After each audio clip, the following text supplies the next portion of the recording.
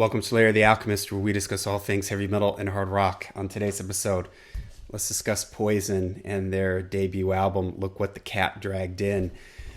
Poison is one of those bands that for some people they would say that they would blame Poison for the downfall of good metal, where everything went wrong in the 80s.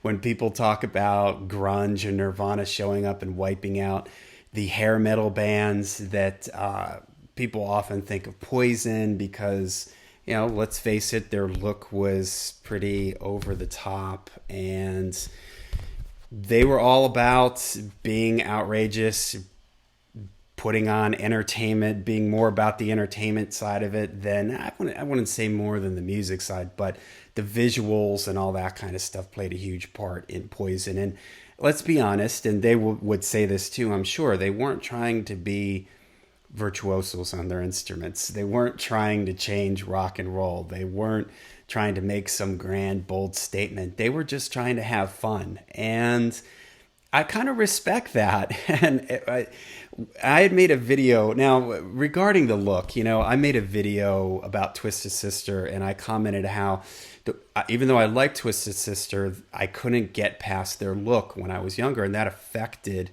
how much I liked them. And the person said, somebody commented and said, it shouldn't matter what they look like. It should be about the music. And I said, yeah, as an adult, I agree with that. But as a 12 or 13-year-old, the way a band looks, that was important. So when this album came out, I would have been 16. And yeah, it was really hard to get past this. I saw this and it's like, I ain't buying a t-shirt with this on it or hanging this, you know, on my wall or something like that. I couldn't really get past it. But even at the time, I thought that the music was fun and everything. And as I was kind of getting ready for this video, listening to the album, I was watching some of their videos.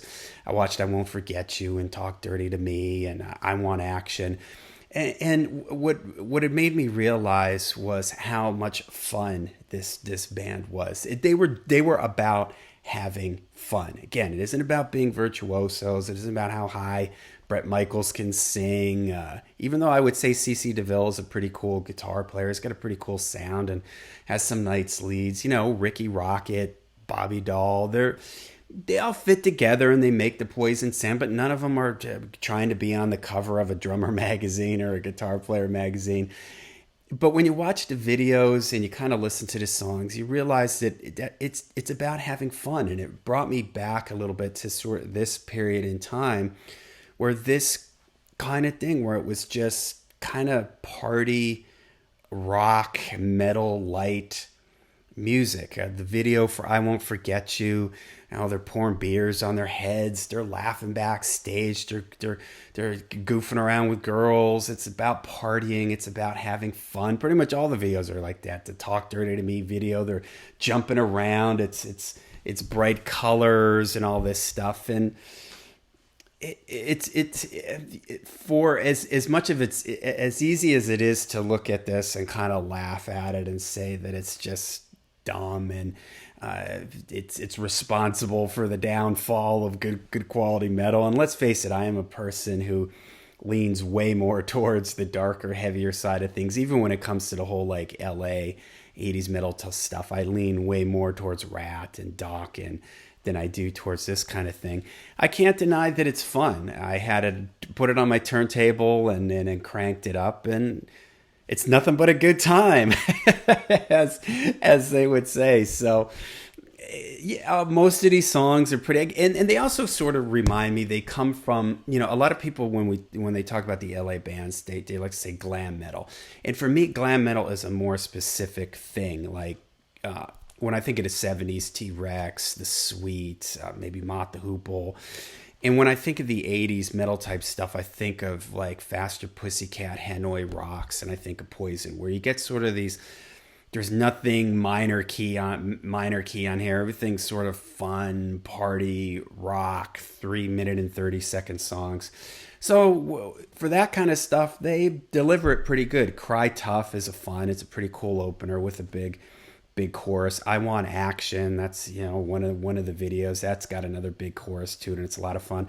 I always like the ballad I Won't Forget You. I like that video because, again, it reminds me of more innocent times with heavy metal, where it was just about the bands having fun, and the music was about having fun. And when I see that video and I hear that song, it's just, it makes me smile, and I guess that's not necessarily a bad thing.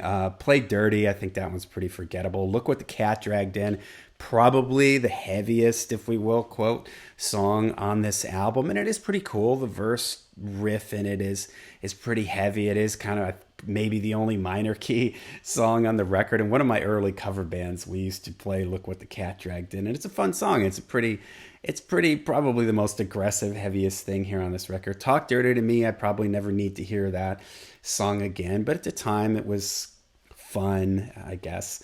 Want Some, Need Some, that's got a pretty cool chorus. Again, that really kind of throws back a little bit to me, like sort of the 70s bubblegummy type melodic stuff. Blame It On You always makes me think it sounds like something that could have been written by Nikki Sixx, like around the Girls, Girls, Girls, Dr. Feelgood era.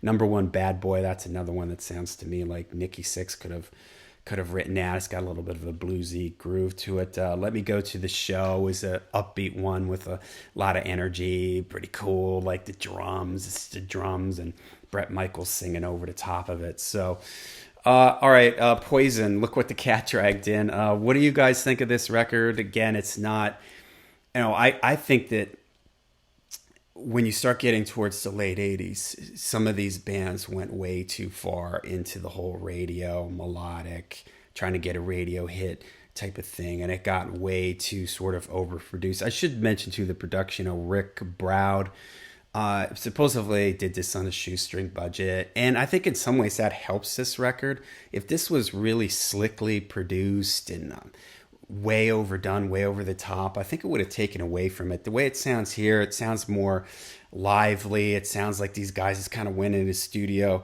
They were probably playing these songs live for however long, and they just went into the studio. They just played along, and they just went for it. And that kind of stripped down, simpler sound kind of works, I think, for this. If it was too slick, too polished up, it might have taken some of the, I wouldn't say edge, because there's really nothing edgy about it. But, the band is a little bit sloppy. They're a little bit loose, but it kind of works for them here in this, on this album and in this environment.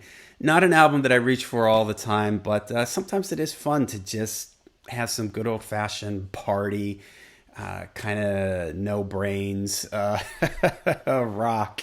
And that's what I would say that this is. And it really, again, reminds me of the 80s, sort of this time capsule for that mid 80s stuff that was going on. So let me know what you guys think. Poison, Look What the Cat Dragged In. Let me know in the comments down below what you guys think. Till we see you again, make sure you rock hard, hide free.